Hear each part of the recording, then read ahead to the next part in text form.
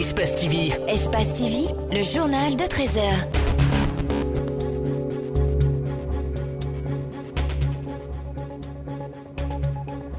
Au sommaire, lancement ce mercredi du Front National pour la défense de la Constitution. C'est une plateforme qui regroupe les partis politiques d'opposition et le mouvement syndical guinéen. Elle entend s'opposer à toute modification de la Constitution. Le conflit au sein de l'association guinéenne des éditeurs de la presse indépendante demeure. Moussa Ibon Konté et Alpha Abdoulaye Diallo se considèrent tous les deux présidents. Le dossier est désormais devant la justice.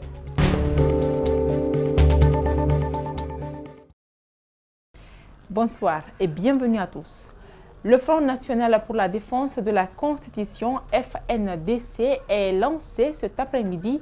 Toute la classe politique, moins les alliés de la mouvance, les forces sociales dans sa diversité, le syndicat et les organisations des droits de l'homme ont créé ce mouvement.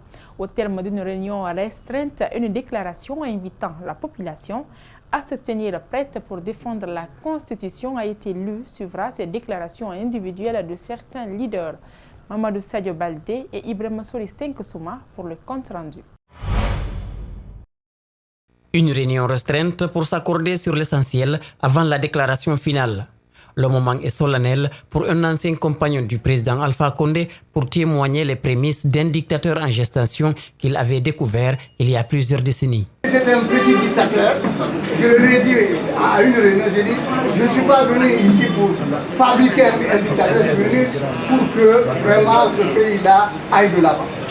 Des partis politiques de toutes les sensibilités, moins la mouvance, le mouvement syndical, les forces sociales et les organisations de défense des droits de l'homme signent une déclaration commune. Demande à Monsieur le Président, Monsieur Alpha Condé, de renoncer instamment à toute ambition de s'éterniser au pouvoir en violation de la Constitution et de ses serments devant le peuple lors de ses investitures. Individuellement, des leaders se sont exprimés pour sonner l'alerte. Il a encore 1 an et quelques mois. S'il veut les terminer, qu'il respecte la Constitution guinéenne. Mais s'il choisit de mettre le pied sur l'accélérateur pour un autre mandat, nous allons écourter celui qu'il fait maintenant. C'est tout ce que je veux dire. Le président Sékou Touré est mort au pouvoir. Ça s'est terminé par quoi? Un coup d'état militaire. Le président Lansana Conté est mort au pouvoir. Cela s'est terminé comment? Un coup d'état militaire. Alors on nous souhaite un 3e coup d'état militaire dans notre pays? Non. Nous disons non. Non. La Constitution sera respectée. Désormais, c'est l'union sacrée de toutes les forces sociales et politiques, tous les fils de Guinée. Nous ne faillirons pas à ce devoir.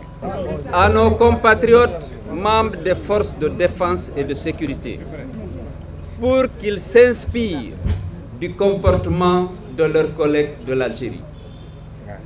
Parce que Alpha leur a inculqué le virus de la haine et de la violence. La Guinée n'a pas une autre armée, n'a pas une autre police, une autre gendarmerie que celle que nous avons. Les stratégies devant mettre un barrage à toute velléité de modification de la Constitution seront dévoilées. La commission de suivi du Code de bonne conduite des partis politiques a rendu une déclaration ce mercredi dans laquelle elle présente une analyse de la situation du contexte socio-politique actuel du pays. Cet organe de veille des formations politiques en Guinée qui regrette la cacophonie qui a marqué l'installation des exécutifs communaux a dans sa recommandation invité tous les acteurs du processus électoral à œuvrer pour le respect du calendrier électoral. Idrissa Bari et Yacouba Traoré. C'est en 2009 qu'une centaine de formations politiques a adopté un code de bonne conduite. Dirigé par une commission, cet organe de veille a pour rôle de promouvoir le dialogue social et le fair-play entre acteurs politiques pour une démocratie apaisée en Guinée. Dans cette déclaration, le directoire de la commission se félicite de l'installation effective des exécutifs communaux, non sans relever quelques constats. N'oubliez pas ce qui est important, les gens commencent à oublier l'installation des chefs des conseils de quartier et les districts. Et ça, c'est important dans un processus. Il faut faire les 3 étapes là d'abord, avant de parler des législatives. Cet organe de veille, de consolidation de la paix et du renforcement de la culture démocratique dit suivre avec attention le prolongement du mandat des députés à l'Assemblée nationale par la Cour constitutionnelle, mais aussi le renouvellement et l'installation de la nouvelle Commission électorale nationale indépendante CENI. Dans le souci de la bonne tenue des prochaines échéances électorales en Guinée, cette commission de suivi du code de bonne conduite des partis politiques a formulé quelques recommandations. On fait aussi un appel à la CENI, c'est de sortir un chronogramme. D'abord publier les résultats d'audit de 2018. Et dès que ça s'est publié, c'est de faire un chronogramme par rapport aux élections législatives. On demande à MATD et aux conseils communaux installés, parce que ça les concerne, de faire tout pour faire l'élection des conseils régionaux. La commission invite surtout les acteurs du processus électoral de respecter et de vulgariser le code de bonne conduite des partis politiques afin de préserver la quiétude sociale dans le pays. Les violences interethniques enregistrées récemment au Mali menacent la stabilité du pays et la communauté malienne de Guinée se dit profondément préoccupée par cette situation. Lors d'une cérémonie de lecture du Saint-Coran, l'invite a été lancé aux Maliens, mais aussi aux chefs d'État de la sous-région, afin que le Mali ne connaisse plus de tels affrontements communautaires qui pourraient affecter l'intégrité des pays voisins. Mohamed Damarou Kamara. Le Mali, déjà affligé par le terrorisme, était au bord du gouffre ces derniers temps avec 160 morts enregistrés lors de violences intercommunautaires. Le Haut Conseil des Maliens de Guinée craint un cycle de représailles et appelle à la retenue. Des civils ont été massacrés dans le cercle de Bankas. Cet acte a soulevé un tollé en République du Mali et même au niveau international. Le Mali a décrété d'ailleurs un deuil de 3 jours. En compensation. C'est dans ce cadre que de façon spontanée, les notables, les imams, les membres du bureau exécutif du Conseil des Maliens sont venus pour qu'à leur tour, ils puissent faire une bénédiction pour le repos de l'âme des victimes, pour le bon rétablissement des blessés et pour la cohésion, l'unité nationale pour notre pays. Les Maliens doivent s'accepter en vue d'une coexistence pacifique. L'implication des pays voisins, en plus du travail de la justice, devront aider le retour de la confiance dans cette partie fragilisée du centre du Mali. Je voudrais lancer un appel à l'ensemble de la communauté malienne, de l'intérieur aussi bien que de l'extérieur. Nous avons le devoir et l'obligation de vivre ensemble. Le vivre ensemble concerne tout le monde. Nous devons nous donner la main dans la paix pour conjuguer le même verbe. La Guinée a une longue expérience dans la gestion des crises. Ça a été le cas en Guinée-Bissau, en Sierra Leone, au Libéria voisin. Et c'est le cas au Mali. Nous savons déjà que la Guinée a payé un lourd tribut pour la paix au Mali, par la mort de plusieurs de ses soldats que nous regrettons, mais cela n'empêche que nous demandons davantage leur soutien, leur accompagnement, pour que l'autre côté, l'autre poumon du corps puisse se retrouver, puisse bien respirer. À travers la lecture du Saint-Coran, ces Maliens vivant en Guinée implorent la grâce divine pour la cohésion sociale entre les frères et sœurs de cette localité. Des prières et bénédictions sont faites en faveur du Mali et de la Guinée. Les femmes vendeuses du marché Anko 5 demandent la réouverture des accès à leur marché. Les portes d'entrée de cet espace de vente bloquées par des murs érigés par le ministère des Travaux publics dans le but d'empêcher l'occupation de la chaussée qui souvent entrave la fluidité de la circulation. Babou Kondé et Abou Korea Kourma se sont rendus sur place. Pour accéder à leurs lieux de vente respectifs, ces femmes sont contraintes d'escalader ces blocs de murets érigés tout au long de la route. Des barrières qui bloquent toutes les entrées principales du marché. L'État a commencé un travail gigantesque que chacun de nous apprécie. C'est une fierté pour tous les Guinéens. Seulement, nous voulons voir l'État pour que l'État nous aide à avoir l'accès. On a compris que ceux qui sont venus travailler ne savent pas le point de rentrée du marché. Nous demandons que les rentrées, on ne demande pas plus, on ne demande rien que la rentrée. Les membres de cette famille qui habitent dans l'enceinte du marché sont également impactés par l'érection de ces murets aux abords de la route. Ce centre est resté fermé. Ce matin, il a été abandonné par ses occupants à cause du manque d'accès. Il y a des gens qui sont logés à l'intérieur, il y a le magasin à l'intérieur, il faut que le marchandise rentre à l'intérieur, donc le bureau marché est à l'intérieur, tout le monde est à l'intérieur. Obligatoire, il faut qu'on aille de route. Nous, on est d'accord avec l'État pour vraiment arranger derrière, pour mettre le barrage. Et ensuite, donc, pour interdire nos personnes de rester en dehors de le marché. On est coincés. Nous sommes très d'accord pour le mur, parce que c'est notre sécurité. Mais nous demandons à l'État, au chef d'État aussi, de nous aider pour avoir l'accès, pour circuler dans la cour. La construction des blocs aux alentours vise à empêcher l'occupation anarchique des chaussées par les vendeurs des marchés de Conakry. L'initiative est saluée par beaucoup, mais certains critiquent le manque de passage pour accéder à l'intérieur des marchés, comme c'est le cas à Anko 5. Qui dirige l'AGEPI, Ibn Conté, Alpha Abdoulaye se sont transportés au TPI de Kaloum qui devrait désormais trancher.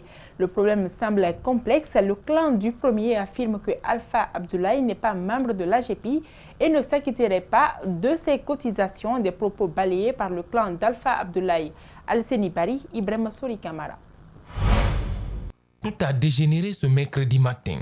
Ayant disposé d'une requête pour fin d'ouverture forcée des locaux de l'AGEPI, le camp Ibn Conté se rend au siège de l'institution avec la gendarmerie pour exécuter la décision du TPI de Kaloum.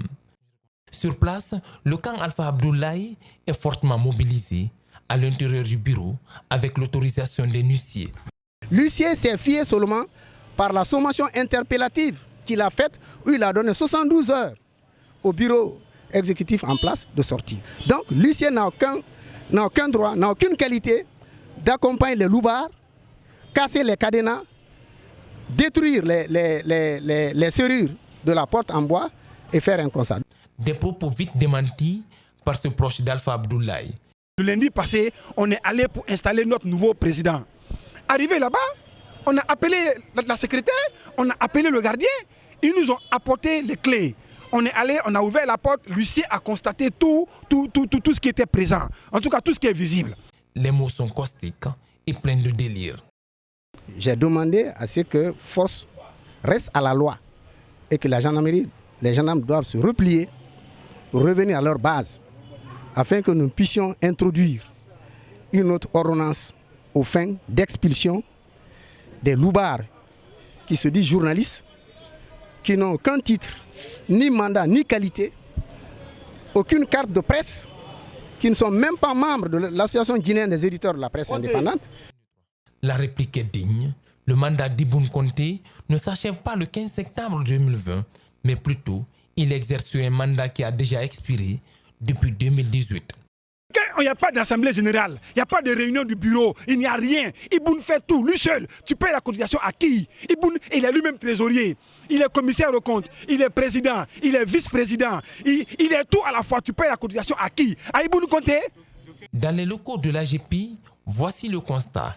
Les cadenas sont neufs, une couche de ciment nouvellement mise est visible. À l'intérieur, les ordinateurs sont en place. L'Algérie vient de tourner une importante page de son histoire avec la démission mardi de son ancien président. Certains analystes saluent surtout la maturité du peuple algérien. Mariam Fodé Camara et Amara Alex Silla ont rencontré quelques-uns. Suivez. Abdul Aziz Bouteflika, qui occupait depuis 1999 le poste de président de la République, a présenté mardi sa démission. Le désormais ancien président faisait face depuis le 22 février à une contestation populaire suite à sa décision de se représenter pour un 5e mandat. En Guinée, les analystes saluent surtout la maturité du peuple et de l'armée qui ont mis une forte pression. Les derniers événements se sont plutôt précipités parce que, avec l'ampleur de la mobilisation, certains soutiens stratégiques de Bouteflika l'ont lâché.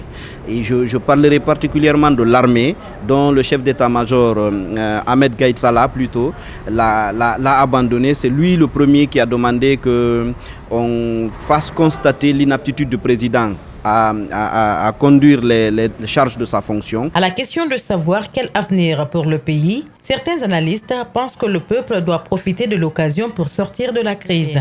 C'est le président du Conseil de la Nation qui est chargé d'assurer l'intérim et organiser l'élection dans 3 mois.